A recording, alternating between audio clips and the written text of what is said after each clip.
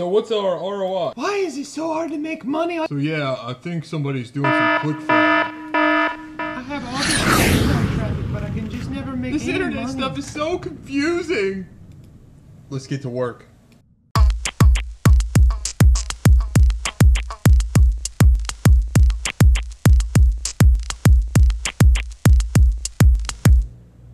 Hey, and here we are with the second Shoemoney blogcast.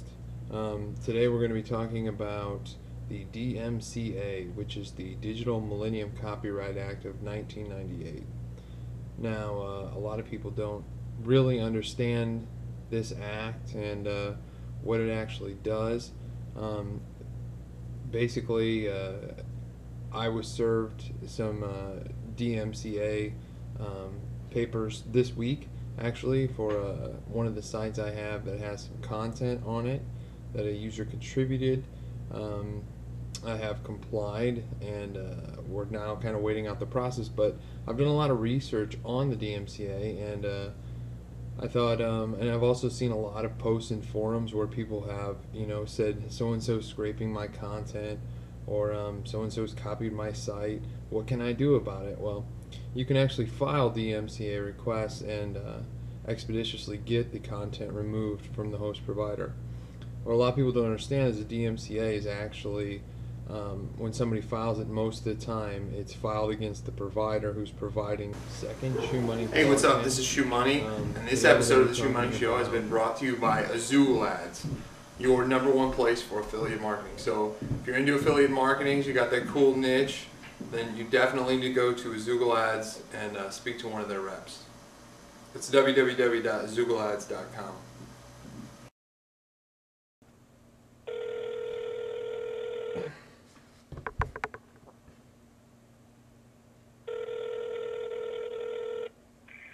Hello.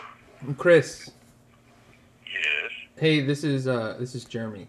So hey, are you busy?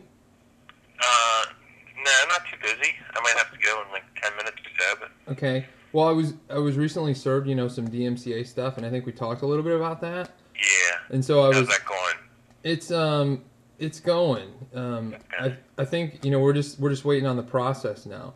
But I was actually going to blogcast about it. So if it's okay with you, I'd like to just talk to you a little bit, and then we can. I'd like to send out a blogcast, kind of talking about just legal stuff. So I'm going to call a few other people too. But so what do you think? Are you down for that? You mean like record it and put it on the web? Yes. Sure, that's fine. I'm not really... don't have much info in front of me right now, but... Okay, that's fine. Go ahead. One of the things with the DMCA is, well, basically it kind of offers safe harbor to people who provide hosting services like YouTube, for example. Is that correct? Like U2 as in Me Too, or as in a company called U2? I'm not familiar with YouTube. Okay, let's say Google Video. Okay, yeah, like Google Video or pretty much any company. I'm looking it up now just so I have it a little bit handy in case you have something complicated. But basically, the DMCA was designed, I think, back in 1998 to protect service providers because companies are basically issuing lawsuits against, let's say, for instance, a person on AOL puts up a video of Star Wars Episode 3 on their computer. Well, theoretically, Lucasfilm used to, well, not used to because Episode 3 wasn't out then, but for the sake of argument, whatever, Star Wars Episode 4, let's say, Right. Lucasfilm could sue both AOL and the person that posted the video because Lucasfilm didn't know who posted the video, so they would file it as a John Doe lawsuit, attempt to get the information off from AOL so that they could sue both of them. Well, what Congress decided was basically that AOL shouldn't be held responsible for what other people post to their website if they don't know about it. There's millions of people posting stuff every day. They're not the cops of the internet. Right. So basically, the DMCA provides this framework where companies that claim they own a copyright property can complain. The Copyright Office actually has a guide side of hosting services. A lot of people don't realize this, but you can go to the Copyright Office and you can find, for instance, the contact info for AOL, for Google, for any hundreds and hundreds of companies, hosting companies, even webmasterworld.com has a DMCA contact. If you had that contact, that gives you legal protection, because what happens is you have to then write the contact and say, hey, this person's infringing. They have a copy of Star Wars Episode 4 on your server. This is where it is. We own the copyright to it. We're signing under the penalties of perjury saying that we had this, and we're asking that you take it down. Now, theoretically, the service provider is supposed to then send a notice to the person that they're going to take it down unless they can provide some reason why they shouldn't. And in some cases, there could be reasons why there shouldn't be. For instance, it could be a fair use exemption. It could be that they're trying to stop something that's similar to Star Wars, but really isn't, and it might be a parody of it. Right. So sometimes companies abuse this provision of the DMCA. I'm not saying that Scientology has abused it or not, but Scientology, for example, has used the DMCA a lot against Google, and there was one famous case with Xenu, I guess it's pronounced Z-U-X-E-N-U. Yeah, the Xenu. And they were producing some, because Scientology copyrights all of their religious provisions. And so they, even if you take like one paragraph, perhaps, I'm not saying that they did this, but I don't recall the exact instance, but they could make a claim that that paragraph is copyrighted, while the other person could make a claim that, well, I'm using this to criticize them. I'm using this as just one small part of it to show how they're incorrect or how I disagree. And as long as people follow what they're supposed to under the DMCA, and it's actually fairly simple to do. I filed DMCA requests numerous times. And in fact, I was getting ready to do one before. I think that's probably why you're calling me, is because I mentioned that I was going to do another one. Yep. Just for the fun of it. It's very simple to do, and a lot of people don't realize that. So let me ask you this on a few points. You touched on Webmaster World was registered. So let's say that somebody posts on Webmaster World and they actually have stolen content, or actually stolen from my blog, for instance. They've stolen a paragraph that I put that was, let's say they've come up with a theory on how to, do something that actually I came up with. And so they post it as their own content on Webmaster World. So then I can then take action with the DMCA on that? Yes, absolutely. Now, I'm a moderator at Webmaster World, and generally our I don't know if I should actually speak for Webmaster World. I'm not speaking for Webmaster World, but their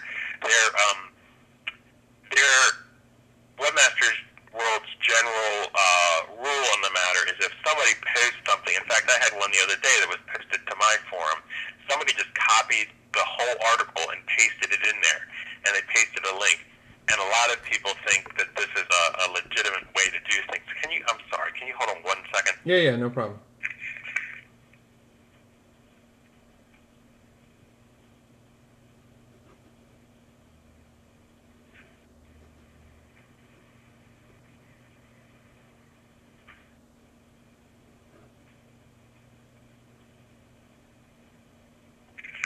Sorry about that. No problem at all. Are you there? Yeah. Oh, sorry about that. I had to get to the door.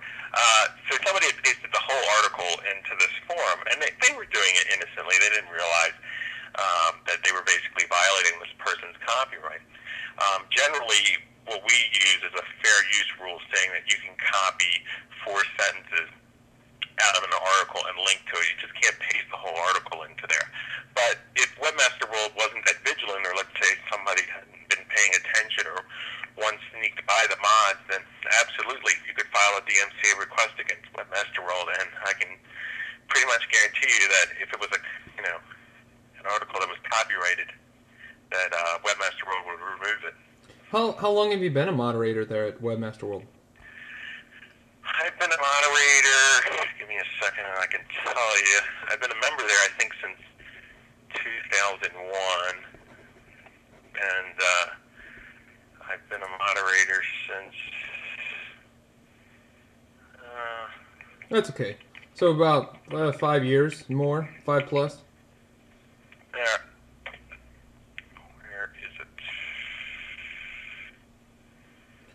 I don't need an exact number. I was just going to look it up, but while we're talking, I'll look it up. You've been a member for 5+ years and a moderator for some.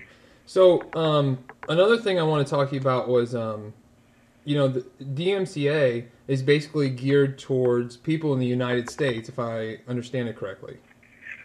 And yes, well, yes and no. The DMCA, and this came up in the Scientology case that Google got involved with, which is the problem is that obviously the DMCA is a U.S. law, and it only applies to U.S. companies. In that you can't theoretically file a DMCA request with a Russian host and say, "Hey, take this information down." However, a Russian company could file a DMCA request with a United States host. It's basically only can be used against hosting and service providers in the United States. The reason being is that if you file a DMCA request, you're actually pretty much saying that you're subjecting yourself to the U.S. court rules. And if somebody files a counter notification, like I think the guy that runs the Zeno sites, like in the Netherlands or whatever, what he then has to say is to get his stuff back up on the internet is he has to say he wants to submit to a U.S. court. Well, a lot of people outside the U.S. don't think that's fair. I mean, their stuff's not in the U.S. Why should they have to do that? That makes sense. So it becomes a big issue. So I mean, just people. A lot of people, they see people syndicating their content, especially now with RSS, really big, and so I mean, like, if somebody provides an RSS feed and then somebody utilizes that feed, I mean, is that enough to state claim or make a DMCA request?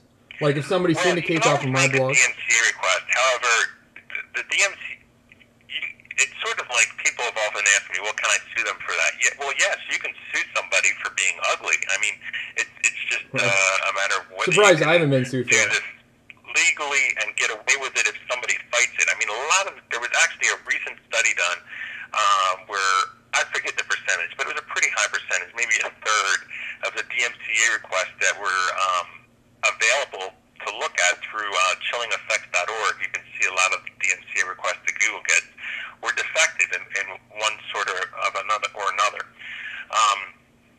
And so, what was the question again? I'm sorry.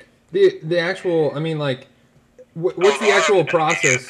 And so, in my opinion, if you're just taking a small portion of content from somebody, copying that and in some way, from their RSS feed or whatever, and republishing it, that's fair use. I mean, that's what the search engines do in their snippets and stuff. Right. They take a small portion of the content.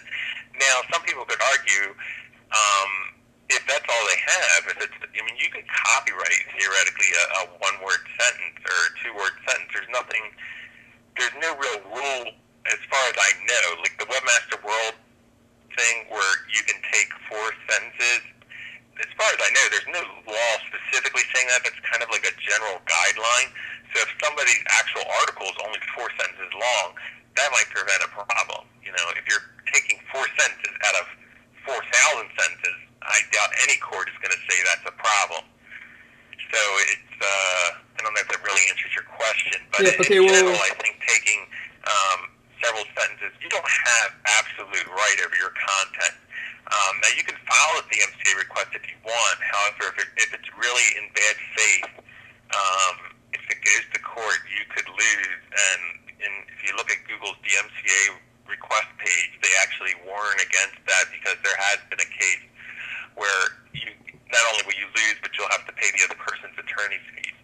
Wow. You have to be a little bit careful of it. Most of the DMCA requests I know are done legitimately. They're done where somebody has just taken almost the entire web page. I mean, I've actually had people steal my content, taken the entire web page, including my affiliate code, and copied them. And in those cases, I don't really complain because I'm like, hey, right. Off of that. Right. But, so that's pretty rare. Generally, people will change the affiliate codes or whatever when they copy your content. And in those cases, if I think it's a problem, I do complain. So talking more about basically copying content, when talking about people, there's all this scraping going on now. So if somebody, let's say I have a great website and somebody scraped my content, how hard is it for me, an average webmaster, to go and file a DMCA request? And what's the turnaround time to get action? It's usually not very long. The problem is you have to get to somebody that knows what they're doing. If you have, let's say, your brother runs a web hosting company, he's probably not very familiar with the DMCA. The first thing you want to look at is that guidebook that the Copyright Office, which has a listing of the service providers, that gives you, like, for instance, at AOL, if you were to just call up AOL the 800 number and complain, those people aren't going to know what to do. But if you look at this thing, it'll actually have, like, name and phone number and fax number for somebody in their legal department. So when those people will actually know what to do with it. So if that person or hosting company is actually listed in this guide, which there's hundreds, if not thousands, listed in this guide now. It used to be much smaller. Generally, you're going to be able to get a response pretty quickly. If they're not, you might have to educate the person on the DMCA. So I would say if I filed, in fact, I haven't filed that DMCA request I was planning to, but if I file that today with Google, for instance, I would expect to probably hear something within the week. It's been a little while since I filed one with Google, but probably within a week or so. I filed one and had hosting providers respond the same day. So I mean, it shouldn't take more than 2 weeks. I mean, that would be pretty unheard of with anybody that was on the ball. Right, and so one of the things we talked about also was people outside of the United States. But actually, just to wrap up on that, then it's actually your responsibility to educate yourself on the DMCA and specifically the directory for the company who's hosting the site that is providing services where your content is now basically been stolen to. So basically, you need to. Right now, since most of the time there's going to be some sort of U.S. nexus to it. So if somebody has a site hosted in Russia, for instance, number one, I don't even know if these Russian providers are going to know how to read English, okay? Number two, they don't have to respond to it, but some companies will. I mean, if you file a DMCA request that's a legitimate somebody stolen my content type thing, some people will take it down just because they know it's wrong, not because they're subjecting themselves to the DMCA law. But let's say you had something hosted in the that was hosted in Russia. If there's somebody that if it has Google results, you can file a DMCA request with Google because they're in the U.S. So you might not be able to actually take down the content itself, but you could take down a lot of the links to that content. Right. I've actually had I've had links removed to some of my sites that were removed because they were infringing on somebody else's stuff. But actually, when I think for the longest time, if you did links for Shoemoney.com, you would see there was at the bottom it would say some had been removed for DMCA. And Google does that with a lot of countries. I mean, what people don't realize is over this current China scandal. I mean, Google if you look at the bottom of the Chinese pages, if you search for something like Tiananmen or what's the other word? Chinese censorship, I think it was. Right. I searched for.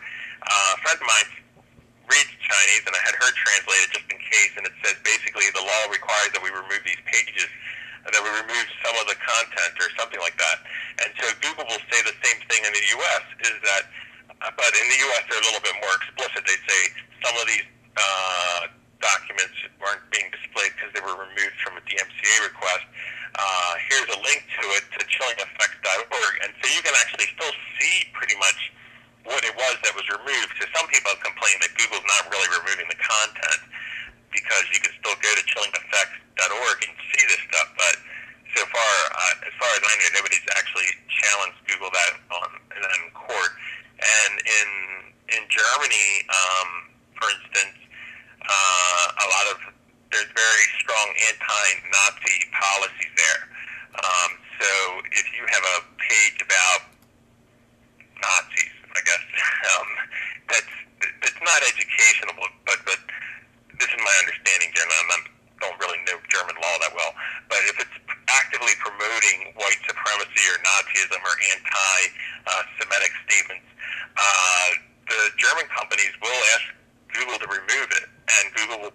same thing at the bottom, but it's written in German, so I don't know exactly what it says.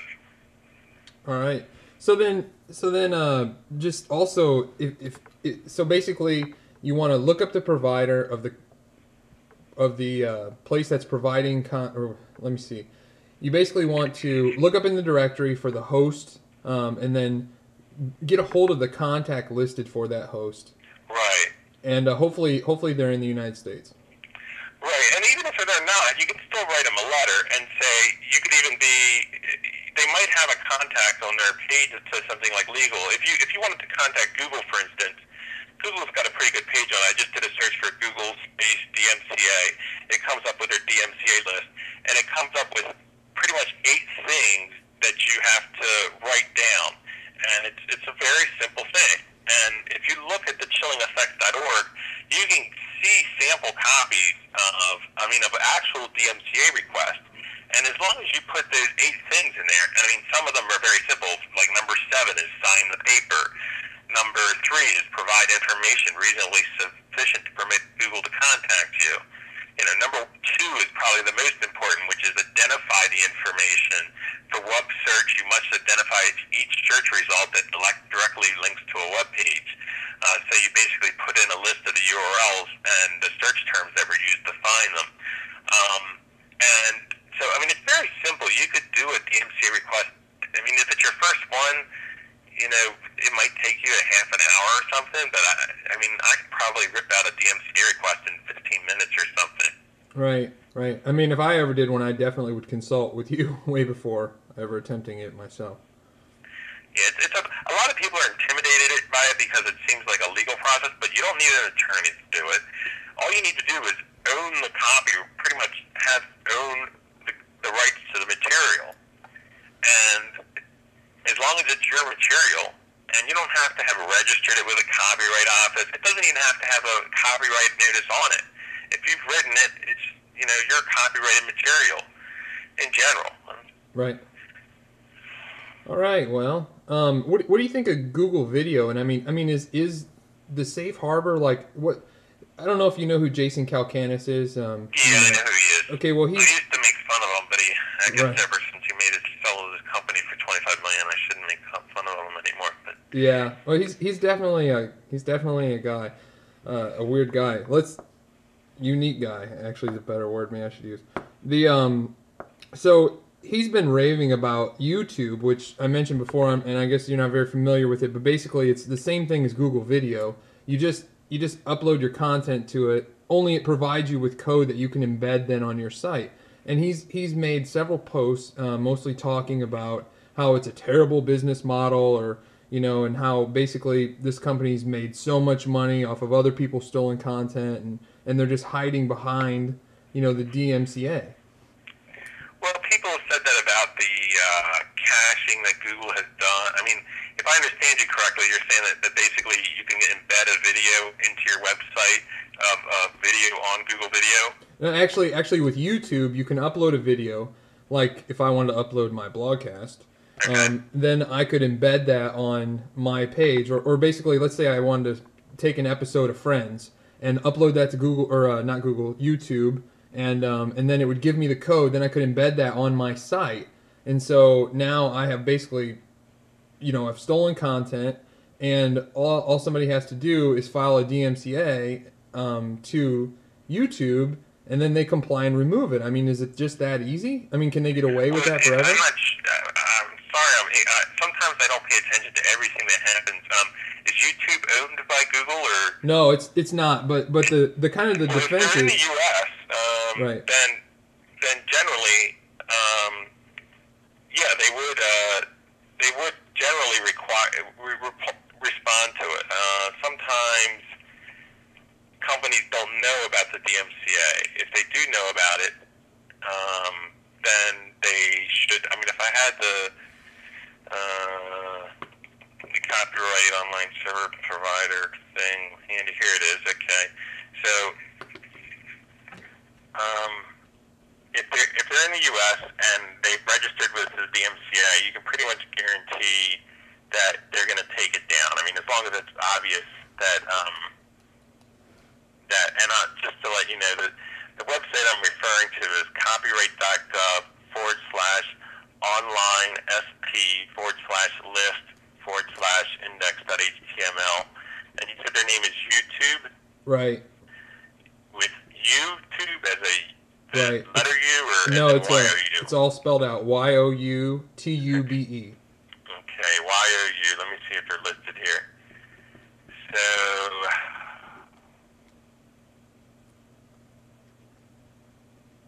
I don't see them listed here, but they might have a bigger company that they're part of, where then you can complain to them or something like that. Maybe they're not hosted in the United States. Maybe I talked too soon. They're not?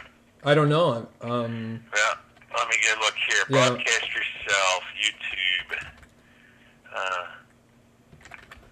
I'm looking myself. Terms of use. Oh no, they're at Rackspace, which is EV1 Everyone's Internet. Yeah, so I mean, if they're listed, Or no, that's it's not. another thing. It's just Rackspace. If they're hosted with Rackspace, you can always complain with Rackspace. So that's not a problem because I can almost guarantee you that Rackspace is in there. Let me double check, but I'm Yeah. That's not actually. I actually made a filed a mistake. DMCA with Rackspace before. I actually made a mistake. It's not actually Everyone's Internet that owns Rackspace. That was Rack Shack. So just to be clear on that, Rackspace is who is hosting this place. So if you have a video and it appears on YouTube that you don't want there, you just have to submit a DMCA to Rackspace. Yeah, and Rackspace does have 2 listings in the directory, and it just gives you, and it's all the directory has is a 1-page listing of basically contact info.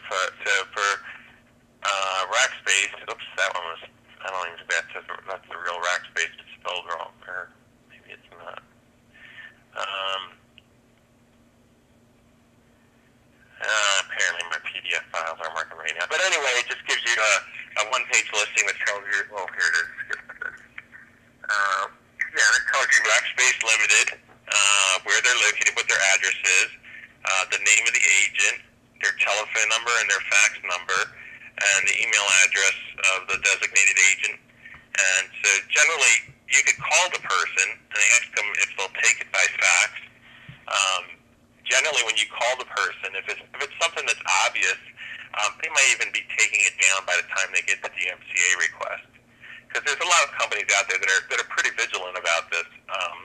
Well, this one doesn't appear. I mean, like YouTube, they have probably I want to say like 70 to 90% of their content is completely. But if you look at Google Video, I mean, there's a lot of SNL clips. You know, I mean, there's a lot of clips. I mean, how long are these companies just going to be like, well, we're safe harbor because we're in DMCA, you know, and you can't, you know, we're just going to... Well, that's kind of like what happened with, if my recollection's correct, companies